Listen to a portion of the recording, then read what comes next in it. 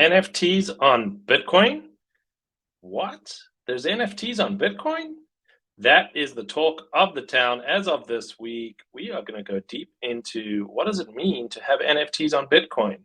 And what are they? There's something called ordinals that people are talking about. We are seeing CryptoPunks being sold on the Bitcoin blockchain for tens of thousands of dollars.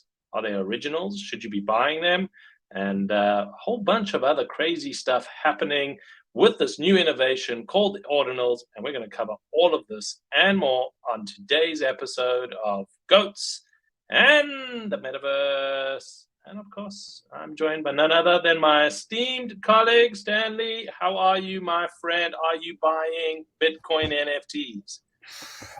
Just when I think I wrap my head around of what's going on in the market and what to buy, what not to buy, what does the future look like, curveballs get thrown, and I'm just Boom. boom. I have no idea. I am lost. This is an educational show for me, just like it is for you, or the audience. Or if the audience knows, please let us know in the comments. Give us more insights about it. But I'm interested to discuss, explore, learn. But before we do that, let's take a look at what the market is doing. What is the market doing? What is the market doing? Let's see The it. market is down. We had ETH touching close to $1,700, down to $1,486. ApeCoin holding around about the $5 level, and Solana down to $20.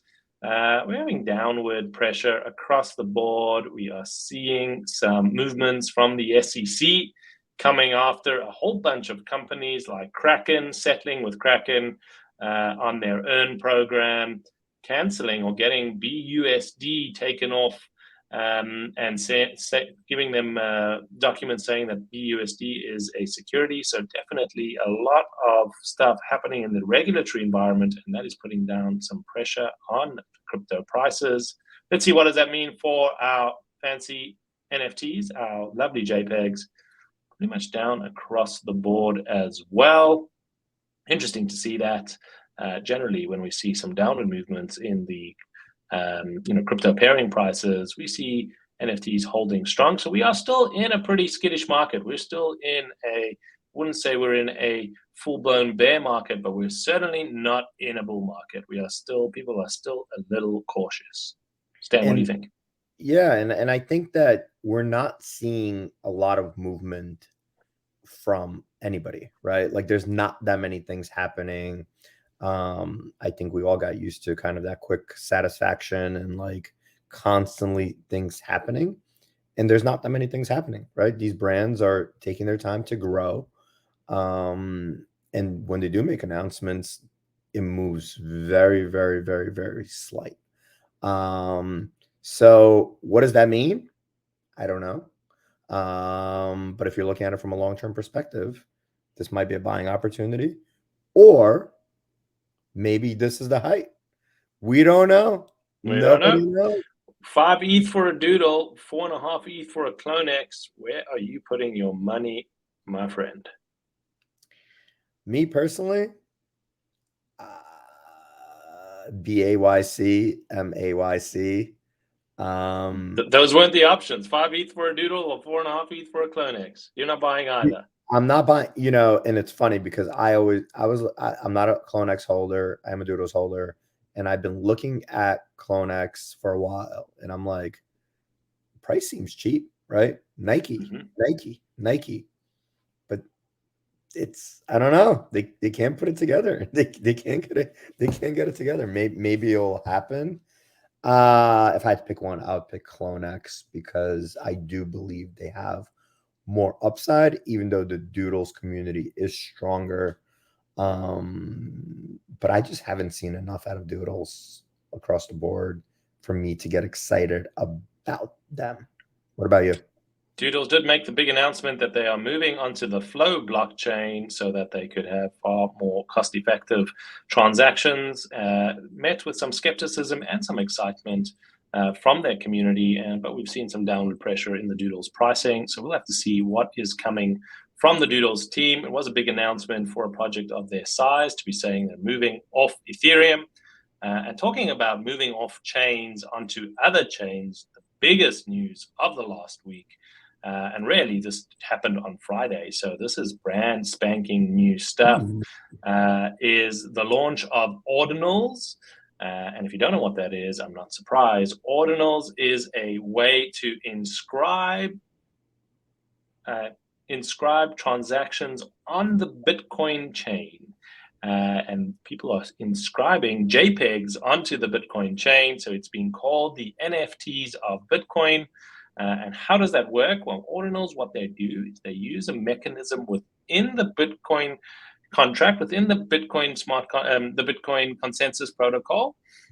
Within Bitcoin, you have Satoshis. There are 100 million Satoshis behind every Bitcoin. Think of them as cents to your US dollar. There's 100 cents to a dollar. There are 100 million Satoshis to a Bitcoin. And you can inscribe information onto a particular Satoshi. And what Ordinals does, what this technology does, is it allows you to inscribe a JPEG onto a Satoshi. So think of it this way. Every dollar bill that you have, or maybe every penny that you have, has a unique number on it. And if someone could inscribe an image onto that penny is no longer just an ordinary penny.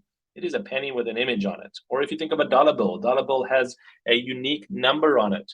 If I was to sign in that dollar bill with my signature, it'd be worth a couple of more dollars in my books. Or if Michael Jordan was to come along and sign that dollar bill, well, that dollar bill is no longer just a regular dollar bill. It is a dollar bill signed by Michael Jordan and now worth far more money. Now, that is what is happening with Bitcoin and Satoshis. People are now able to inscribe onto a Satoshi a particular image, character, or anything. And that is what's happening here, where for the first time you have this ability to have Bitcoin NFTs by using the native Bitcoin script. So what is interesting about this, it means it's all on chain. It means that this is now permanently on the Bitcoin blockchain, and whatever is inscribed there for life. So we've seen a lot of copycats. We've seen a lot of people saying, okay, well, I'm going to take CryptoPunks and I'm going to put them on the Bitcoin blockchain. I'm going to take Peppers and I'm going to put them on the Bitcoin blockchain. Moonbirds, etc. All going onto the Bitcoin blockchain with this kind of idea that we want to be one of the first 1,000 inscriptions. And we are seeing things like Bitcoin Punk selling for tens of thousands of dollars. One of the first projects called Ordinal Punks came on to the scene. 100 punks on the Bitcoin blockchain selling for 2.2 Bitcoin, $50,000, and a new all-time high sale of 9.5 Bitcoin, $215,000 happened on Friday. Stanley's got a question. So there's 1,000 punks that are now on the blockchain. 100 for Ordinal Punks. Sorry, 100. So, yeah. Okay. And what about if I wanted to create my own punk and put it on the blockchain? Can I do that? You can. Well, that is the thing. These are not the original punks. This is not coming from Lava Labs. This is not coming from Yuga Labs. This is someone who just said, I'm going to take my punk and put it on Bitcoin. So why does it make it so interesting? Why is it interesting? Well, I don't think it's actually interesting that punks are on the Bitcoin blockchain. And I think people who are buying and speculating in this early stages are going to lose a lot of money by trading ordinal punks on Bitcoin. But what is interesting is that this now opens up the entire Bitcoin community, the entire Bitcoin market, of which there are many more people who hold Bitcoin than there are who hold Ethereum. Yeah. And now they have the ability to collect JPEGs, collect contracts, to inscribe certain attributes onto the Bitcoin network, the most secure decentralized network that we know to date, that isn't controlled by any entity or any individuals, now has this ability and capability built into that. Now, that is pretty interesting. Not, I don't think, for something like putting punks on it or moonbirds or anything like that. Anyone going into that, I believe, 6 months down the line, those things are going to be worth zero. But there's going to be new innovations coming out of this technology. So it's important to experiment and to learn it and to understand it. Right now, it's very clunky.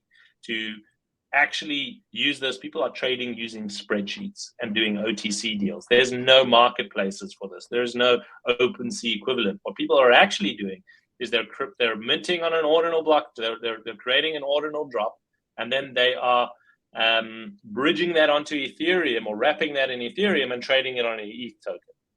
Don't worry about the complexity of it, but in essence, it's so early that there is no infrastructure to support this. But where you're early, there could be something really interesting happening. So, not to be the pessimist, but I do want to play devil's advocate. So we're at a Go for it. point where, we always talk about it. We're still so early into this industry. We're in the first inning. We're nowhere close. We have people that come on all the time, talk about it, and I do believe that.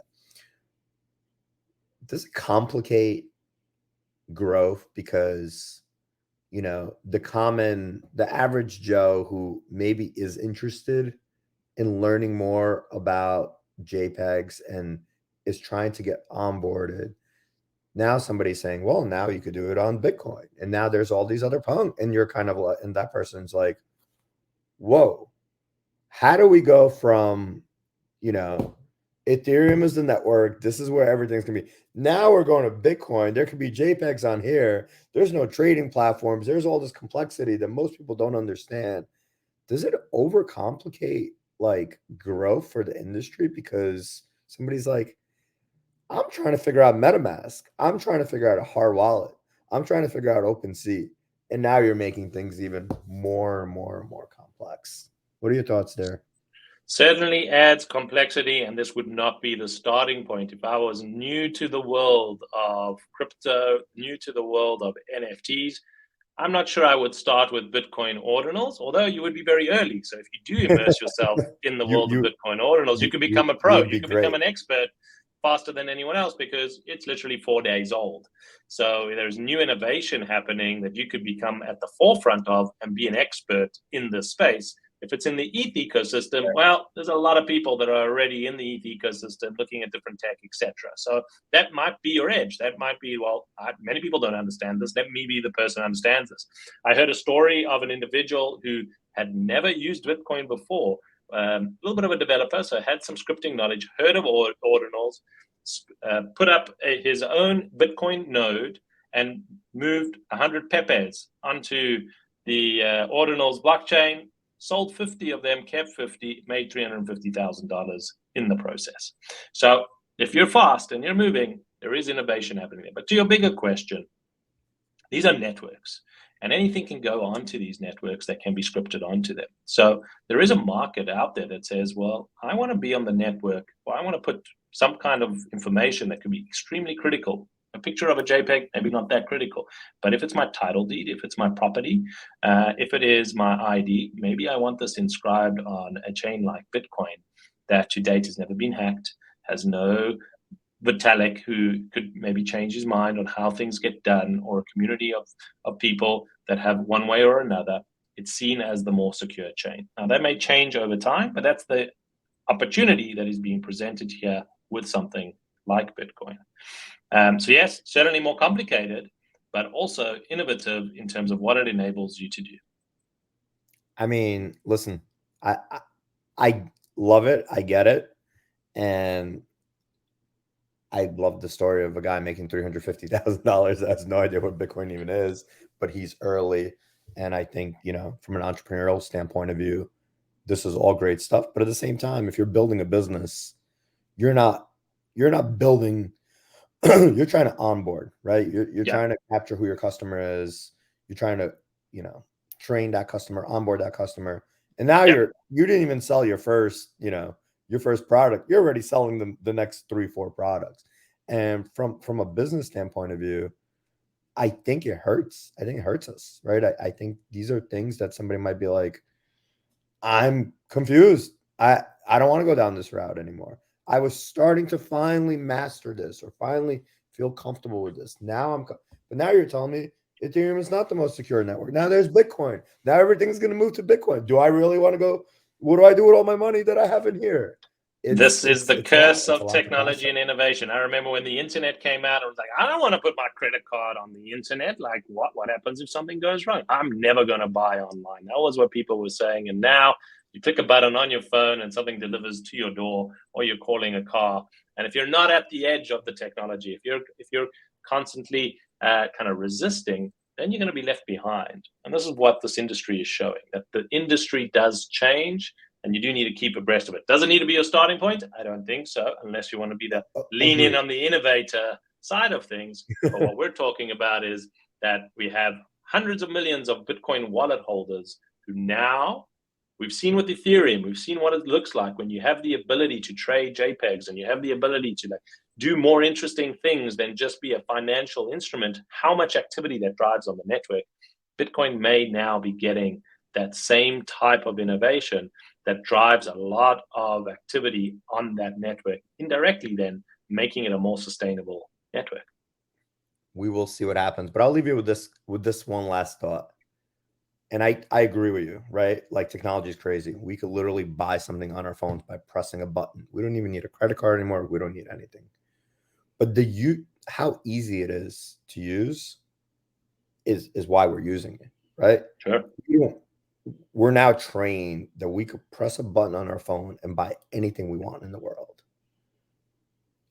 I think what's happening in crypto, it's overcomplicated. Like, it is overcomplicated. It is hard. It's really, really hard to onboard, because I onboard people, every week. And there's nothing, when they say this is hard, I don't want to go and remember this number and seed phrase. And now you're telling me I need this wallet and I need this hard wallet. What is a hard wallet? What is a cold wallet? Can I do this? So now you're making it even more hard. More complicated. I remember when I first got email, I had to telnet onto a server. It was all plain text. You had to know what telnet was. You need to know what server you were logging onto, what your username and password is. You had to know how to pipe through your email to be able to actually get to your email. It was extremely complicated.